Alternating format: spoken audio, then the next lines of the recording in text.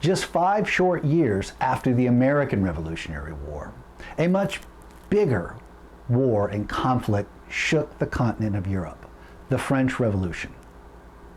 Right at the heart of European dynastic states, a popular rebellion brought down a monarchy. The French Revolution lasted from 1789 to 1799. It had multiple phases, but for us, we need just to understand the basics. In response to widespread famine and political bankruptcy, a group of French revolutionaries established the National Assembly. That National Assembly challenged the authority of the French monarchy.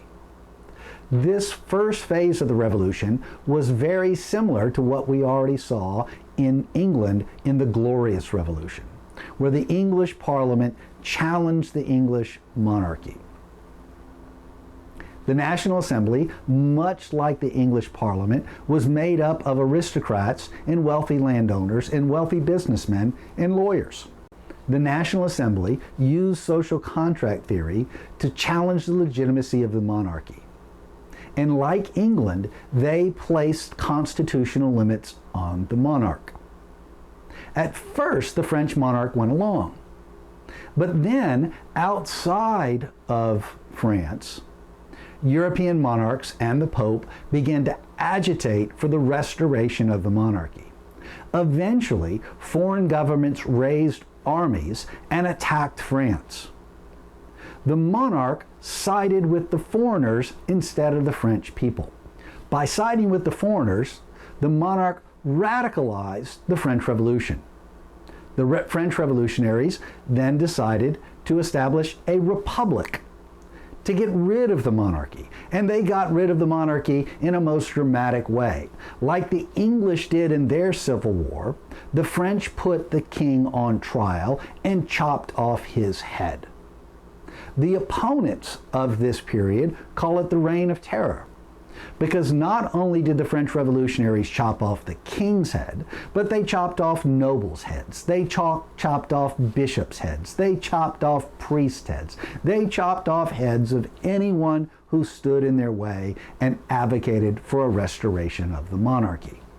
Faced with enemies on all sides then, the new French Republic called upon their perpetual ally, the new United States of America, the only other European republic that was anywhere near the size needed to help France. How did the new republic respond? Well, George Washington, President of the United States, struggled with recognizing the republic as a legitimate ruler of France.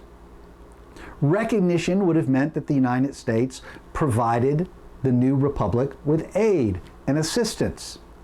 Instead, George Washington declared American neutrality, that the United States would not take part in the conflict between the king, the Bourbon dynasty, right, and the people of France. The United States was going to take a wait-and-see approach. The French Republic was not satisfied with that answer. One of the representatives of the French Republic traveled to the United States under the name of Citizen Genet, Edmund Genet, 1793.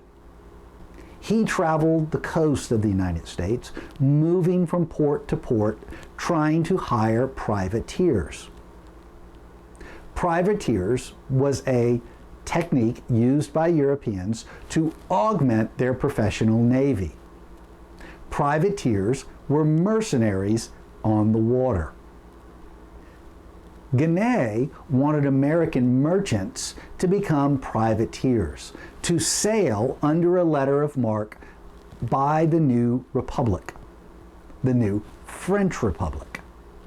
As private mercenaries, they would make money by attacking their enemies at sea, including the British. George Washington wanted none of this. He was afraid that these privateers, in their own private business, would entangle the United States in a big European mess. And so he told Genet to leave. And he told American merchants, you may not take money from the French and sail from American ports. That the business of American foreign policy is the business of the United States of America and should not rest in private hands. So while the French were key to the American victory at Yorktown, George Washington did not reciprocate when given the opportunity to help the French people fight for their independence. George Washington even took it a step farther. He sent John Jay to Great Britain to negotiate a treaty with one of France's rivals, Great Britain. The Jay Treaty in 1795 focused on the Northwest Territory boundaries and forts in the United States. The boundary was supposed to be in the middle of the Great Lakes, but Great Britain still held control of forts on the American side. This map with the red dots has places where British forces lived and quartered inside of the United States of America after the Revolutionary War. George Washington wanted those British forces out. They were causing trouble with Northwest Indians. George Washington used the conflict or crisis with France to pressure Great Britain to move those forces on the other side or the Canadian side of the border. Great Britain was also attacking American shipping in the Caribbean. American ships were trading with French ports, and the British treated those ships as hostile.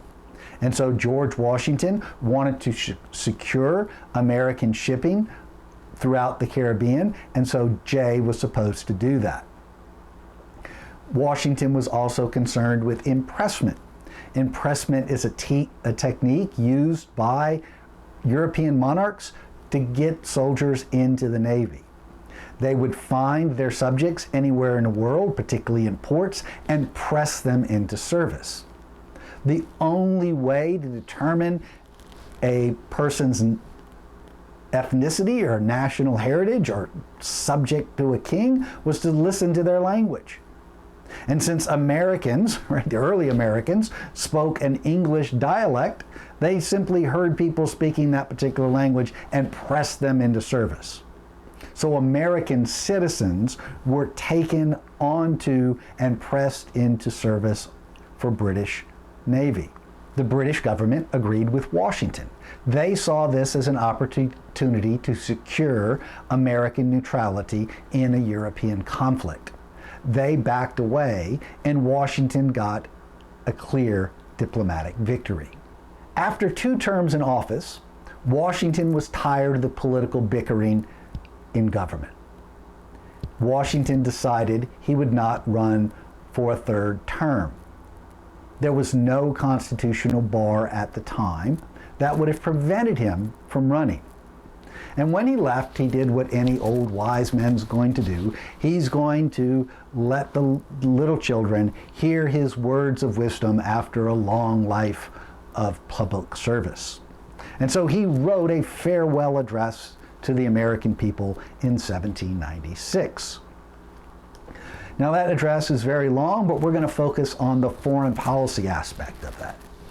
He said, "Observe good faith and justice towards all nations. Cultivate peace and harmony with all." He said, "Observe good faith and justice towards all nations. Cultivate peace and harmony with all. Don't start fights. Look to build good, solid relationships." But he warned, permanent, inveterate antipathies against particular nations, right? Permanent hatred towards anyone, or passionate attachments for others should be excluded, and that in place of them, a just and amicable feelings towards all should be cultivated. Don't establish permanent relations with other countries. Try to be friendly with everyone. Try to work with everyone, but don't constantly hate everyone and don't constantly love anyone. So we left in a great rule of conduct for us, right, the citizens of the United States, in regard to foreign nations. Extend commercial relations and to have with them as little political connections as possible. American merchants should go out into the world and engage in peaceful trade, but the American government should steer clear of foreign entanglements. That was Washington's great rule. In practical terms, that meant that the United States should practice isolationism. The United States should limit its contact with outsiders. Why? Because as a peon, the wider European conflicts would be very expensive and crush the new republic.